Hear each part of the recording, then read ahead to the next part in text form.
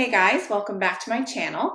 Today we are talking about support and resistance. So for those of you who don't know what support and resistance areas are, basically they form the basis of technical analysis in general. So they're areas where we look to buy and sell, okay? So resistance, we'll start with resistance. Resistance is an area that after price moves up, okay, it stops and turns and reverses. Okay. Now there are multiple reasons for this. We're not going to get into supply and demand today because I'm going to do that in a little bit more detail in another video. But for the purpose of what you need to know, these areas are areas that over time, okay, price has turned away from. So other Forex traders realize this, they know this, even the big, corporate companies and stuff like that. And after a ride upwards, many people will sell. So it's kind of like self-fulfilling prophecy, right? We know that throughout time, this area has acted as a level where price turned around. And so many people sell off when they come to this area, okay? Let's go back. So we're talking about resistance. How do we find resistance, or what is resistance? So in an uptrend, okay, resistance is an area where price turns and reverses downward, okay? So all of the buyers start selling off and you get a change of direction, right? How do I draw my support and resistance lines? Well, I'll be honest with you, I don't overly stress myself on line placement. The reason being, I focus on zones. So I'm a zone to zone trader, okay? Price is never going to respect a line. It's just too small of an area. The markets are too volatile and price is not going to respect a line. So I focus on a general area within this space, okay? So when I do place my lines, I just try to go through as many wicks as I can, okay, in the area that I'm looking at. So let's look at this area here. We see that price has come up, okay, tested this area and gone down. Then it's come up again, tested this area and gone down. So we're looking at resistance, right? Now, I want to place this line, okay, in this area, including as many wicks as I can. So here I have 1, 2, 3, 4, okay? If I move it down to capture this one, I'll have 1, 2, 3, 4, almost 5, okay? So I'll probably stick with this here. I won't move it too much. If I placed it all the way up here, I'm not including these guys. Now again, don't stress yourself with that because we're working with an area. So once you draw your zone, you're going to encapsulate all of those wicks anyway. All right, so don't stress too much about that. That's something I tell my students all the time. Just mainly when I'm drawing support and resistance lines, guys, I eyeball them and place them there, okay? But that's just a general rule of thumb. Try to include those wicks. Other traders may tell you different. That's totally fine. If you have a way that, you really like to draw your support and resistance lines, that's cool too. We're all going to do things a little differently, okay? So that's what resistance is. Let's draw another resistance line. So we can see up here, okay, price is attempting to move up and stops and turns, okay? It attempts to move up, stops, and turns. It attempts to move up, stops, and turns. Now, these two areas are quite different. So these would probably be two different resistance areas, okay? Because watch when I draw this one. So I'm going to draw this one in, again, just trying to include as many of those little wicks as I can, mainly eyeballing it, not stressing myself over the placement. And sorry, guys, my mouse is acting a little funny there.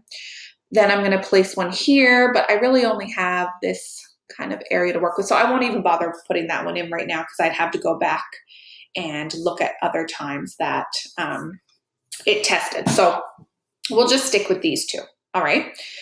You can also look as resistance as a ceiling. So when price is moving in these little up and down movements, right? I like to call these areas little mountain tops, okay? it kind of acts as a ceiling for those little mountaintop areas or those little peaks, whatever you want to call them. Now, let's chat about support real quick, okay? Support, on the other hand, is an area that when price moves down, okay, it stops, reverses, and goes back up, all right? Again, many reasons for that. We'll talk about supply and demand later. When we see here, all right, price coming down, it stops, goes back up. You can see it happen again in this area. So that's telling us, let me get rid of these circles so they're not distracting you. That's telling us that this is likely an area of support. It's happened a few times. You can see that, okay? I can see 3 areas. So now I'm going to draw that in, try to include those wicks, okay? I can get 1, 2, almost 3, 4, 5, okay? So that's a good line for me there. Another way to confirm if your line's in a good place is that this support, now I'm going to change the color of this so we know that it's support and not resistance. Let's do it purple. So we know this one's support, okay? This support area will likely act as resistance, okay, at other points in time. And the same goes for these areas of resistance. At other points in time, they will likely act as support, okay? I'm not going to get into, again, the reason why that happens. It's just important for you to know that. I don't want to make this video, a 50-minute long video. I just want to get the main points across here. Let's go back and look at this support line, okay, throughout history a little bit, as much as we can go back, and just see if it has been respected, okay? Now, let's go back. It almost was here, but not quite. And this is another reason too why our areas are going to be so important, because likely if we drew in our area, this would be respecting it, right? It's really hard for it to respect a line. Now we can see here, price did respect this line as resistance, okay? Even though later it becomes support. So it's important for you to keep that in mind, because you now know that this is an important area or key level, okay, to look for in the future. So let's draw one more support line, actually. Let's draw one more of those. So support, you know how I said resistance kind of acts as a ceiling? Well, support acts as a floor, right? So price is coming down, trying to break through, it's unable, and it goes back up.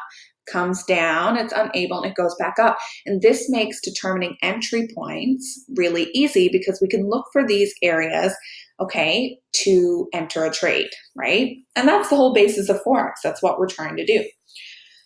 I can see another, and again, this is just eyeballing, support around here. Now this is not a great level because this guy doesn't quite come down, okay?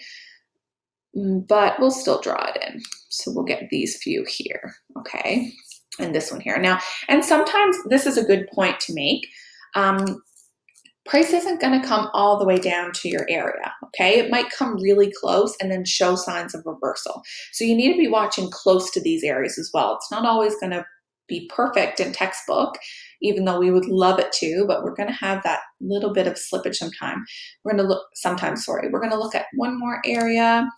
So we can see this here is another area, okay? So I'll just move it down a little bit. We can see here, so price was going down, turned direction, all right, for a little bit. Price was going down, turned, and moved upwards, all right? So those are your support lines. And again, it's likely going to be used in the future, look right here, as resistance. So they're really interchangeable. It's important for you to get used to eyeballing these on charts, okay? Just because that is going to really form the basis of most of your strategies and also for drawing your zones. So get really comfortable with looking at these areas. And again, you don't need to be perfect in drawing them. You definitely don't need to do it perfectly because we're going to work with areas in the future. So let me know if you guys like this video. I'm going to cap it there, and we're going to talk about supply and demand a bit later. Let me know what you liked, what you didn't like, if you want to see more like this, and please subscribe if you want to see more videos. Thanks so much, and I'll see you guys in the next one.